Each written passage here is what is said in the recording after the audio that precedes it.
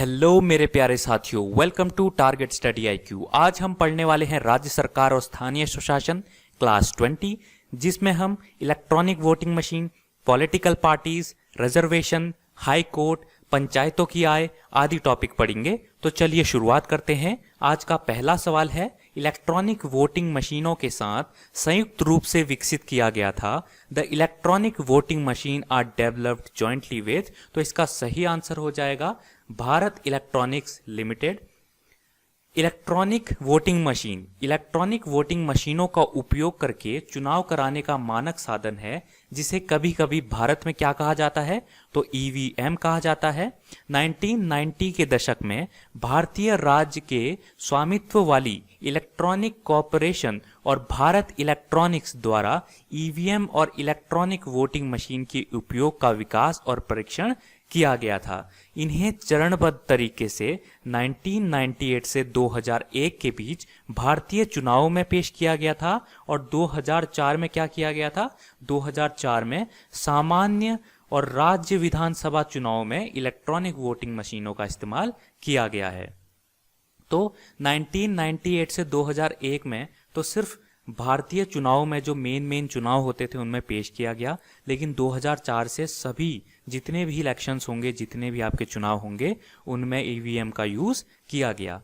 अगले प्रश्न की ओर देखते हैं। अगला प्रश्न है, राजनीतिक दलों को वर्ष में पहली बार मान्यता मिली। तो किस वर्ष में मिली? The political parties got the constitution recognition for the first time in the year. तो इसका सही आंसर हो जाएगा ऑप्शन नंबर सी, 1985। तो 1985 में राजनीतिक दलों को पहली बार मान्यता मिली हमारे संविधान से। अगले प्रश्न की ओर चलते हैं। अगला प्रश्न है, किस पार्टी ने 2 साल के समय में 2 प्रधानमंत्री उपलब्ध कराए? विच party provided 2 prime ministers in 2 years? तो इसका सही आंसर हो जाएगा जनता पार्टी। तो वो 2 प्रधानमंत्री कौन थे? 2 प्रधानमंत्री, एक तो आपके थे एच डी देवगौड़ा और दूसरे थे आपके इंदर कुमार गुजराल। तो कांग्रेस 1996 का आम चुनाव हार गई। अकेले सबसे बड़ी पार्टी के रूप में भाजपा को सरकार बनाने का मौका दिया गया।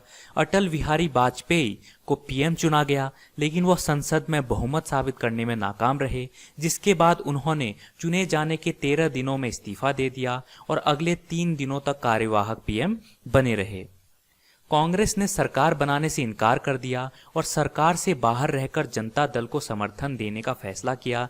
एच डी देवगौड़ा को 1 जून 1996 को पीएम चुना गया। उन्होंने अप्रैल 1997 तक प्रधानमंत्री के रूप में जारी रखा। जब कांग्रेस ने महत्वपूर्ण मामले पर परामर्श नहीं किए जाने के कारण समर्थन वापस लेने का फैसला किया, देवगौड़ा सरकार चमरा गई। वह 21 अप्रैल 1997 तक कार्यवाहक प्रधानमंत्री के रूप में बने रहे। इसके बदले में कांग्रेस ने जनता दल को फिर से बाहरी समर्थन देने पर सहमति जताई, बशर्ते उसने एक नया नेता चुना और महत्वपूर्ण मामलों पर सलाह मशवरा किए जाने के बारे में उसकी मांगे पूरी की। इसीलिए इंदर कुमार गुजराल ने 21 अप्रैल 1997 को नए प्रधानमंत्री के रूप में कदम रखा। जनवरी 1998 में आई.के. गुजराल ने अपनी गठबंधन से डीएमके को छोड़ने से इनकार कर दिया, जो कथित तौर पर राजीव गांधी के असैसिनेशन का मतलब उनकी मृत्यु के लिए जिम्मेदार लिट्टे के साथ जुड़ा हुआ था।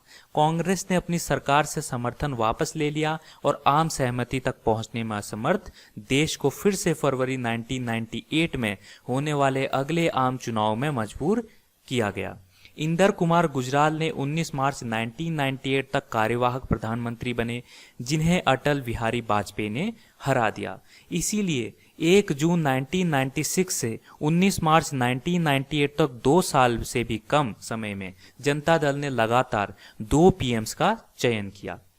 अगले प्रश्न की ओर चलते हैं। अगला प्रश्न है, बहुजन समाज पार्टी बीएसपी का संस्थापक कौन है? Who is the founder of Bahujan Samaj party BSP? Option number B, Kanshiram इसका सही आंसर हो जाएगा। बहुजन समाज पार्टी बीएसपी भारत में एक राष्ट्रीय स्तर की राजनीतिक पार्टी है।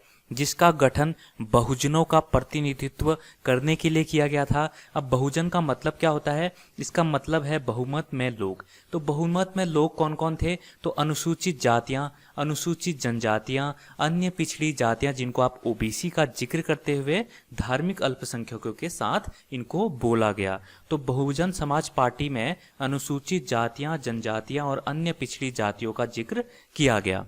अगले प्रश्न की ओर चलते हैं। अगला प्रश्न है, लोकसभा में अनुसूचित जातियों के लिए कितनी सीटें आरक्षित हैं? How many seats are reserved for scheduled caste in the Lok Sabha? तो इसका आंसर हो जाएगा ऑप्शन नंबर डी, 84। तो लोकसभा में अनुसूचित जाति 84 सीटों के साथ और अनुसूचित जनजाति 47 सीट, समुदाय के प्रतिनिधियों के लिए 131 सीटें टोटल आरक्षित हैं। ये सीटें भारत के पिछड़े समुदायों को समान अवसर प्रदान करने के लिए आरक्षित हैं। अगले प्रश्न की बात करते हैं। अगला प्रश्न है, निम्नलिखित में से कौन सा राज्य के उच्च न्यायालय का मुख्य क्षेत्राधिकार नहीं है? Which one of the following is not the main jurisdiction of the High Court of the state? तो इसका सही आंसर हो जाएगा ऑप्शन नंबर 1, सलाहकार क्षेत्राधिकार, एडवाइजरी ज्यूरिस्डिक्शन। तो सलाहकार क्षेत्राधिकार जो होता है वो हाई कोर्ट का मुख्य क्षेत्राधिकार नहीं होता है। अगले प्रश्न की बात करते हैं। अगला प्रश्न है, अरुणाचल प्रदेश राज्य पर किस उच्च न्यायालय का क्षेत्राधिकार है? Which high court has jurisdiction over the state of Arunachal Pradesh? तो इसका सही आंसर हो जाएगा ऑप्शन नंबर 1, गुवाहाटी। तो असम, नागालैंड, मिजोरम और अरुणाचल प्रदेश पर गुवाहाटी हाई कोर्ट का क्षेत्राधिकार है। तो ये जो 4 आपके राज्य हैं, असम, नागालैंड, मिजोरम, अरुणाचल प्रदेश, इनको कौन देखता है? तो गुवाहाटी हाई कोर्ट देखता है। अगले प्रश्न की बात करते हैं। अगला प्रश्न है, उच्च न्यायालय के न्यायाधीशों की पेंशन निम्नलिखित पर लगाई जाती है? पेंशन ऑफ हाई कोर्ट जजेस are charged on the following. तो किस पर लगाई जाती है? तो इसका सही आंसर हो जाएगा ऑप्शन नंबर ए, भारत की समेकित निधि, कंसोलिडेटेड फंड ऑफ इंडिया। तो उच्च न्यायालय के न्यायाधीशों की पेंशन भारत की समेकित निधि पर लगाई जाती है, ना कि राज्य पर। तो आप ऐसा मत सोचेगा कि सुप्रीम कोर्ट का आपका भारत के समेकित निधि पर और जो आपके हाई कोर्ट हैं वो राज्य के समेकित निधि पर लगाए जाते हैं, ऐसा नहीं होता है। उच्च न्यायालय का जो भी न्यायाधीश की पेंशन होती है वो भारत के समेकित निधि मतलब कि कंसोलिडेटेड फंड ऑफ इंडिया से ही लगाई जाती है। साथ ही सामान्य उच्च न्यायालय, जो आपके सामान्य उच्च न्यायालय होते हैं कौन से, जैसे राज्यों के, केंद्रों के लिए, तो के मामले में वेतन और भत्ते उस राज्य की समेकित निधि पर लिया जाता है जिसमें उच्च न्यायालय की सीट स्थित है। ठीक है, अगले प्रश्न की बात करते हैं। अगला प्रश्न है, बॉम्बे हाई कोर्ट में निम्नलिखित स्थानों में से एक पीठ नहीं है। The Bombay high court does not have a bench eight which of the following places? तो इसका सही आंसर हो जाएगा ऑप्शन नंबर सी, पुणे। तो पुणे में बॉम्बे हाई कोर्ट की जो है बेंच नहीं बैठती है पुणे के लिए। अगले प्रश्न की बात करते हैं। अगला प्रश्न है, भारतीय संविधान के किस अनुच्छेद में पंचायती राज की संस्था का प्रावधान है? Which article of the Indian constitution provides for the institution of Panchayati Raj? तो इसका सही आंसर हो जाएगा ऑप्शन नंबर डी। तो अनुच्छेद 40 जो होता है आपके भारत के संविधान का मसौदा तैयार करने के दौरान पंचायती राज संस्थाओं को संविधान के गैर सरकारी हिस्से राज्य नीति निदेशक सिद्धांतों को अनुच्छेद 40 के रूप में रखा गया। तो राज्य के नीति निदेशक सिद्धांतों के भीतर अनुच्छेद 40 में किसको रखा गया? आपके पंचायती राज को रखा गया। अगले प्रश्न की बात करते हैं। अगला प्रश्न है, निम्नलिखित में से कौन सा पंचायती राज संस्था नहीं है? Which of the following is not a Panchayati Raj institution? तो आपको पता होना चाहिए कि पंचायती राज में आपके ग्राम सभाएं आती हैं, ग्राम पंचायत आते हैं, न्याय पंचायत आते हैं, पंचायती समिति आती हैं,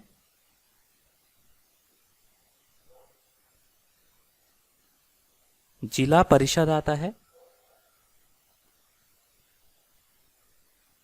लेकिन आपकी जो ग्राम सहकारी समिति होती है, ग्राम कोऑपरेटिव सोसाइटी होती है, वो नहीं आती है। अगले प्रश्न की बात करते हैं। अगला प्रश्न है, निम्नलिखित में से कौन सा ग्राम पंचायतों की आय का स्रोत है? Which of the following is a source of income of the gram panchayat? तो इसका सही आंसर हो जाएगा ऑप्शन नंबर डी, ड्यूटीज। तो ग्राम पंचायतों द्वारा लगाए गए कर ग्राम पंचायतों की आय का महत्वपूर्ण स्रोत हैं, जैसे भूमि और मकानों में कर, कस्टम ड्यूटी, टोल टैक्स, परिवहन और संचार आदि पर लाइसेंस शुल्क। यहाँ तक कि व्यवसाय, व्यापार और वाणिज्य से सड़कों पर प्रकाश के लिए स्कूलों, अस्पतालों, डिस्पेंसरियों, बाजारों, विश्राम स्थलों और आम लोगों द्वारा उपयोग किए जाने वाले स्थानों से कर एकत्र किए जाते हैं। धन केंद्र, राज्य सरकार या जिला परिषद या पंचायती समिति से अनुदान सहायता के रूप में भी आता है।